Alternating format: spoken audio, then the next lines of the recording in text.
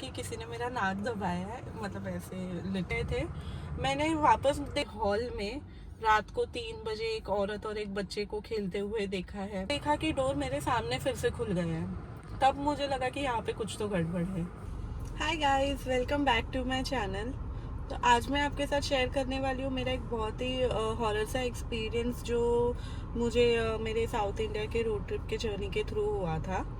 तो ये हमारा 9 दिन का ट्रिप था, जहाँ पे हमने हुबली, मैसूर, ऊटी, वायनाड, कुर्ग एंड गोवा का स्टे बुक किया था फ्रॉम अगोड़ा। सो जब हम मैसूर में थे तो हमें मैसेज आया फ्रॉम अगोड़ा कि हमारा ऊटी का स्टे का बुकिंग का कैंसिल हो गया है। जैसे ही वो बुकिंग कैंसिलेशन का मैसेज आया, वैसे ही हमको कॉल और मैसेज भी आया from property owner of Ooty.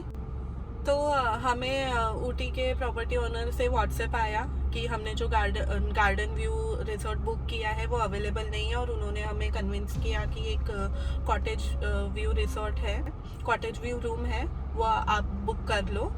सारा स्क्रीनशॉट मैं यहाँ पे कहीं पे डाल दूंगी, तो आप देख लेना।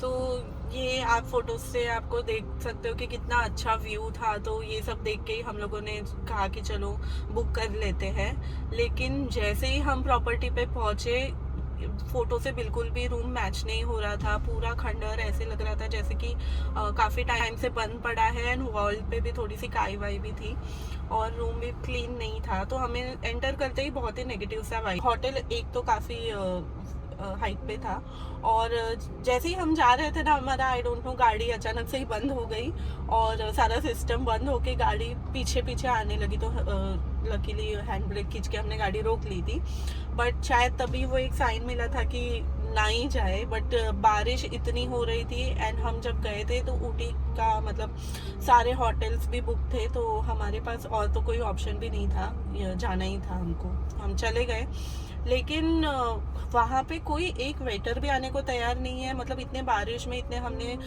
3-4 स्टार प्रॉपर्टी बुक की है, और हमको बोल रहे हैं कि आपको रूम सर्विस यहाँ पे नहीं मिलेगा, आपको होटल में ही आके खाना है।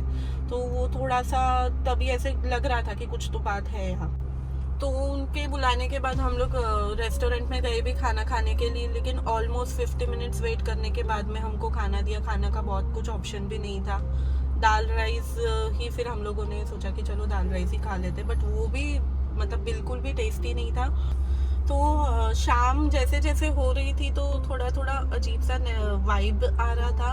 और मेन क्या था पता है, मैं जब भी वॉशरूम में जा रही थी ना, तो वॉशरूम में ही बहुत ही नेगेटिव वाइब आ रहा था। मतलब इतना मैंने ट्रैवल करा है, मेरे को कभी भी ऐसे डर नहीं लगा है, लेकिन ये इस वॉशरूम में बहुत ही अजीब सा वाइब था। और मुझे ऐसे लग रहा था कि बाहर से कोई पास हो रहा है, या ऐसे कुछ भास हो रहा था कि कोई और भी है। लोगों ने और मतलब जो हमको कॉटेज दिया था उसमें एक हॉल था, 2 बेडरूम था और एक किचन था, वो हम यूज़ कर सकते थे। बट कंडीशन इतनी ख़राब थी कि हमको किचन में भी जाने का मन नहीं कर रहा था। वहाँ पे सिर्फ एक एक्वागार्ड था, वहाँ से हमने पानी लेके थोड़ा सा रेडी टू मेक चाय हमने कैरी किया था, तो वही हमने रूम पे बनाया, चाय पिया, थोड़ा म्यूज़िक इंजॉय किया, और अराउंड 11:30 हम लोग सोने को चले गए थे। तो ड्यूरिंग द टाइम जब हम चाय वाय पी रहे थे, उस वक्त है ना, अचानक से डोर खुला था।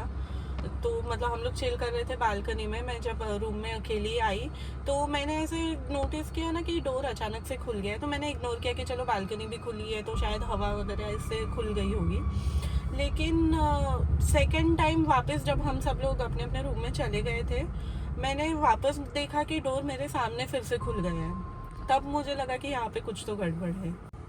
फिर भी ये सब चीज़ें इग्नोर करके, क्योंकि हम लोग ऑलरेडी थके हुए थे इतना ट्रैवल करके, और नेक्स्ट डे हमने सोचा था कि हम जल्दी उठ के ऊटी घूमेंगे, तो हम लोग सो गए। मतलब अराउंड 11:30-40 को हम सो गए थे। फिर अराउंड 1:30 सडनली कुछ ऐसा हुआ कि मैं तुरंत अचानक से उठ गई। तो अराउंड 1:30 अचानक से ना मुझे ऐसे लगा कि किसी ने मेरा नाक दबाया है, मतलब ऐसे लिटरली कि मेरा सांस रुक गई है, और मैं तुरंत उठ गई। और उठी ना तो मैंने मतलब देखा कि मेरा फ्रेंड जो मेरे बाजू में सोया था वो मुझे बोल रहा है कि अरे अभी मुझे सोने दे, क्या बड़बड़ कर रही है, कल मुझे ड्राइव करना है एंड ऑल। तो मैं शॉक्ड हो गई कि भाई मैं अभी सो रही थी और इससे मैंने कुछ बात भी नहीं की, तो ये मुझे पूछ क्या रहा है। तब जो मेरी फटी, और मतलब फिर हम लोगों ने क्या किया, हमारे जो दूसरे फ्रेंड सोए थे दूसरे रूम में, हमने उनको कॉल करके बुला लिया। तो मेरा फ्रेंड तुरंत आया और फिर हमने डिसाइड किया कि हम सभी एक ही रूम में साथ में सोएंगे, बिकॉज माहौल बहुत ही ज़्यादा स्कैरी हो गया था। अभी हम लोग दूसरे रूम में जा रहे थे ना, तब मुझे रिकलेक्ट हो रही थी चीज़ें। तो दोपहर में बाजू में ही एक मंदिर था शिव जी का, तो हम वहाँ गए थे। तो जब हम वहाँ से रिटर्न आ रहे थे ना, मंदिर गए थे तो हमें प्रसाद भी मिला था। वो प्रसाद हम आए और मैंने हॉल में रख दिया। तो जब हम रिटर्न आ रहे थे तो हम मतलब है ना, ऐसे लग रहा था कि हमारे साथ पीछे भी कोई चल रहा था। तो हमको लगा कि चलो इतना बड़ा रिसोर्ट है तो कोई ना कोई तो होगा ही। बट अब मुझे रियलाइज़ हुआ, मतलब जब हम जा रहे थे दूसरे रूम में, तब मुझे रियलाइज़ हुआ कि पीछे तो कोई था ही नहीं। मतलब मैंने लोगों को देखा ही नहीं, मुझे सिर्फ फील हो रहा था कि ओके एक फैमिली है, बच्चे हैं, वो सब चल रहे हैं। It was very scary. और फिर जब हम लिटरली, मैं तो बता रही हूँ, मैं सोई ही नहीं थी रात भर। तो है ना, मतलब मुझे तो ऐसे कोई लड़की बहुत दर्द में रो रही है वैसा आवाज़ आ रहा था। और जो मेरा फ्रेंड था उसने भी नेक्स्ट डे बताया कि उसको तो लिटरली कोई ऐसे, जो मैं फोटो दिखाऊंगी कि वहाँ पे एक वैली है, वहाँ से उस वैली के वहाँ से उसको आवाज़ आ रही थी कि कोई एक कूदा है और फिर उस दर्द में वो कोई लड़की रो रही है। भाई कैसे कैसे हम लोग सोए, हनुमान चालीसा लगाया, वो सुनते सुनते सोए। लेकिन पूरा टाइम में ना हमको ये फील हो ही रहा था कि कोई ऊपर चल रहा है, कोई नीचे उतर रहा है, कोई कुछ रो रहा है, कुछ बच्चे का आवाज़ आ रहा है, ये वो। तो सो तो गए। तो है ना, अभी अभी तक तो ये सब लोगों ने खुद से एक्सपीरियंस किया था और सब लोग ऐसे सोच रहे होंगे मन में। मैं तो यही सोच रही थी कि ऐसा तो कुछ है नहीं। बट फिर जब नेक्स्ट डे हम लोग ट्रिप, भाई मैंने तो कहा कि हमको यहाँ पे नहीं रहना है। ये एक होटल का एक्सपीरियंस ही ओवरऑल बहुत गंदा था, क्लीनलीनेस एंड ऑल सारा इशू था ही। तो हमने हमारा सेकेंड डे का सब कैंसिल किया प्लान और हम ऊटी से निकल गए।